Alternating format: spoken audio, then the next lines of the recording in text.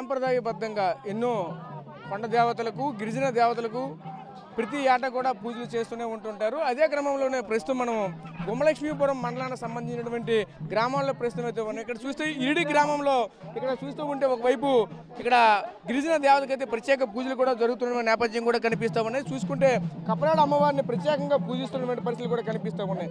ఇదే క్రమంలో మనమైతే చూడవచ్చు. ఇక్కడ చూస్తూ ఉంటే కోళ్ళు, మేకలు ప్రతిదీ కూడా వచ్చి మొక్కులు కూడా చెల్లించుకునే పరిస్థితులు కూడా కనిపిస్తూ ఉంటాయి. ఇదే క్రమంలో చూడవచ్చు ఇక్కడ మనకి ఉన్నటువంటి ట్రాన్స్జెండర్స్ అయితే మాత్రం ప్రత్యేకంగా పూజలు అయితే పాల్గొనడం జరుగుతుంది. ఎందుకంటే వాళ్ళ కోరికలు అయితే ఖచ్చితంగా తీరుతాయి. వాళ్ళు ఆశీర్వదిస్తే అందరికీ కూడా మంచి జరుగుతుందంటూ కూడా పలు నమ్మకాలు కూడా ఉంటున్న నేపథ్యం అయితే ఇదే క్రమంలోనే ఈరోజు గిరిజన ప్రాంత ప్రజలంతా కూడా ఈ యొక్క పండుగని ఒక గొప్ప పెద్ద పండుగ నిర్వహిస్తున్న పరిస్థితి కనిపిస్తూ ఉండేది. ప్రతిదీ కూడా ఇటువంటి కార్యక్రమాలను కూడా మకర సంక్రాంతికి ముందే ఇటువంటి కార్యక్రమాలు కూడా జరుగుతున్న పరిస్థితి కనిపిస్తూ ఉంటాయి. ఇదే క్రమంలో వాళ్ళతో కూడా మాట్లాడే ప్రయత్నం వచ్చేది. ఎలాగా ఈ యొక్క పండుగను ఏ విధంగా చేస్తారు, ఈ యొక్క సాంప్రదాయాలు ఏంటి, వాళ్ళ మాట్లాడి తెలుసుకునే ప్రయత్నం వచ్చి చేద్దాం. చెప్పండి, ఈ యొక్క పండుగను ఏ విధంగా నిర్వహిస్తారు ఏంటి? ప్రధాన చూసుకుంటే ఒకవైపు తలకు కూడా కట్టుకట్టారు, ఏంటి సాంప్రదాయం ఎలా ఉంటుంది? మేము శ్రీ మాత్రే నమః. నేను ప్రతి సంవత్సరం కూడా కందికొత్తలు అనే ఒక కార్యక్రమం అనేది ఉంటుంది. ఇది మా తాతలు ముత్తాతలు చాలా సంవత్సరాల నుంచి ఇది చేస్తున్నాము. ఎందుకంటే అప్పుడు పూర్వకాలం అన్నమాట, కందులు మాకు వేస్తారు. ఆ కందులు తినడం కోసం ఈ యొక్క కార్యక్రమం అనేది చేస్తాము. కందికొత్తలని చేస్తాము. ఆ కందికొత్తలకి ఇది సప్పగెర్ర అంటారు, గొడ్డలమ్మ అంటారు, శతరమ్మ అని ఉంటుంది. అందులో భాగంగా ఈ కపరమ్మ అండి ఇక్కడ వెలిసి, రాయిలో వెలిసి ఇప్పటికి కొన్ని ఏళ్ళు అవుతుంది, ఒక 40-50 సంవత్సరాలు అవుతుంది. ఇలాగే వస్తుంది. చూడండి ఫ్రెండ్స్, ఎంతమంది జనాలు ఉన్నారో ఇలాగే వస్తున్నారు. పిల్లలు లేని వాళ్ళకి పిల్లలు ఇస్తున్నారు, పెళ్లి కాని వాళ్ళు కూడా ఇక్కడికి వస్తే పెళ్ళి అవుతుంది. అట్లాగే ఉద్యోగం లేని వాళ్ళు కూడా ఉద్యోగం ఇక్కడికి వచ్చి తల్లికి అమ్మ నీకు కోడికోక ఇస్తానమ్మా అనుకుంటే అది కూడా జరుగుతుందండి. తర్వాత కొంతమంది కొబ్బరికాయ ఇస్తామనుకున్నా జరుగుతుంది. పసుపు కుంకాలు పట్టుకుని వస్తారు. చాలా దూరం నుంచి వస్తారండి. ఒరిస్సా, ఆంధ్ర ఈ పక్కపక్క రాష్ట్రాల నుంచి కూడా వస్తారు. ఇలాగే ప్రతి సంవత్సరం కూడా ఈ యొక్క కందికొత్తలనే మొదటి రోజున ఈ కార్యక్రమం చేస్తాము.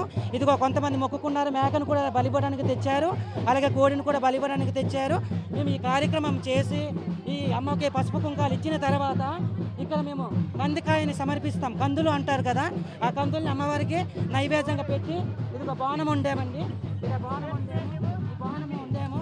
ఈ బాణం అన్నమాట మేము అమ్మవారికి సమర్పిస్తాము. ఇది కందులతో చేసే బాణం అండి. కందులతో చేసే బాణము సమర్పించిన తర్వాత ఇక్కడ వచ్చి అమ్మవారికి ఆ బాణము సంప్రదించిన తర్వాత అప్పుడు అమ్మ ఈరోజు నుంచి మేము ఈ యొక్క బాణంని సమర్పించాము, ఈ కందులు తింటాము, ఈ కార్యక్రమము దానికోసమే చేస్తామండి.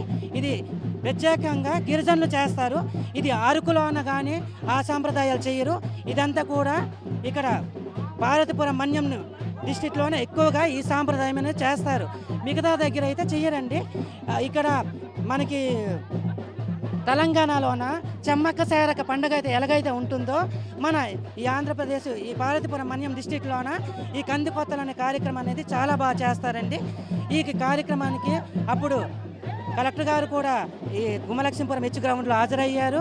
మా సాంప్రదాయాలు, మా నృత్యాలతోనే మేము ప్రతి కార్యక్రమము మా సాంప్రదాయాలు ఎలా చేస్తామో, ఇదిగోండి మిగతా వాళ్ళు గిరిజనులు ఏం చేస్తారంటే మామూలుగా ఉంటారు, ఏదో పూజ చేస్తారు. కానీ మా సాంప్రదాయం ఏంటంటే ఇలాగ అమ్మవారికి తలపాక కట్టుకొని ఇక్కడ ఇలా పైబాలు ఇలాగ వేస్తామండి.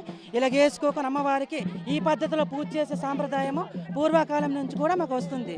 మీరు చెప్పండి, ఎలా చూడాలండి కార్యక్రమం అన్నమాట? ఈ కార్యక్రమం అనేది చాలా ఏళ్ల నాటి నుంచి వస్తుంది. ఇది ప్రత్యేకించి పార్వతీపురం మన్యం జిల్లా ఏజెన్సీ ఈ ప్రాంతంలోన ఇది గిరిజనులకు ఒక సంప్రదాయంగా ఈ కందికొత్తల పండుగ జరుగుతుంది. ప్రతి సంవత్సరం గిరిజనుల దగ్గర ఏవైనా కొత్తగా పంటలు పండిస్తే కందులు కానీ జుడుములు కానీ ఏవి కానీ గిరిజనులు పండించే పంటలు ముందుగా వాళ్ళ యొక్క కులదైవానికి, అడవి దేవతలకి పూజించిన తర్వాత వాటికి సమర్పించిన తర్వాత ఈ గిరిజనులు తినడం అనేది గిరిజన సంప్రదాయంగా వస్తుంది. ఈ కప్పరమ్మ తల్లి కొన్ని వేల సంవత్సరాల నుంచి ఇక్కడ కొలువై ఉన్నది. ఇక్కడ ఉద్యోగం లేని వాళ్ళకి వచ్చుకొని మొక్కు ఉద్యోగాలు, పిల్లలు లేని వాళ్ళకైనా పిల్లలు, ఈ విధంగా అనేక మొక్కులు కోరికలతో ఈ కప్పరమ్మ తల్లి అనేది మన గిరిజనులందరికీ కోరికలు తీరుస్తుందండి. అయితే ఇప్పుడు మీ ఇద్దరు కూడా పాటలు పాడారు, బాగా వచ్చినటువంటి భక్తులను అలరించడానికి అమ్మవారిని పిలిచారు. ఏంటి ఆ పాట ఏ విధంగా పాడుతారు? మా సాంప్రదాయం ప్రకారంగా ఈ కందికొత్తల టైంలోన మా సాంప్రదాయ ప్రకారంగా మేము ఈ విధంగా పూజ చేస్తామన్నమాట.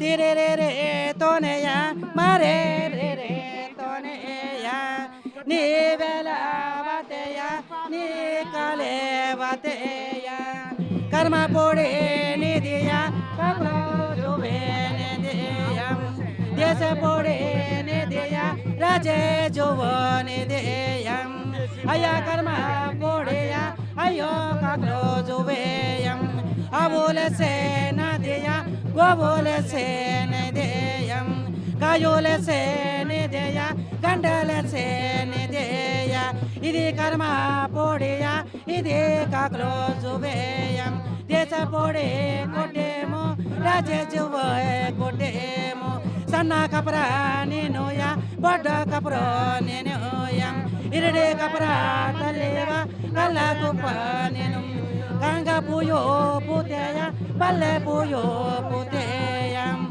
దీని అర్థం ఏంటంటే మేము ఊరికాడ ఆవులు గోవులు పంట భాగ్యము ఇదిగమ్మ మాకు కందికాయ కాస్తుంది, మేము కందికాయ నీకు ఇస్తున్నాము, మేము తింటున్నాము. ఎలాంటి సాంప్రదాయము చేయగము పిల్లలు జిల్లలు పేదలు రోదలు కూడా అంటే అందరూ కూడా బాగుండాలి.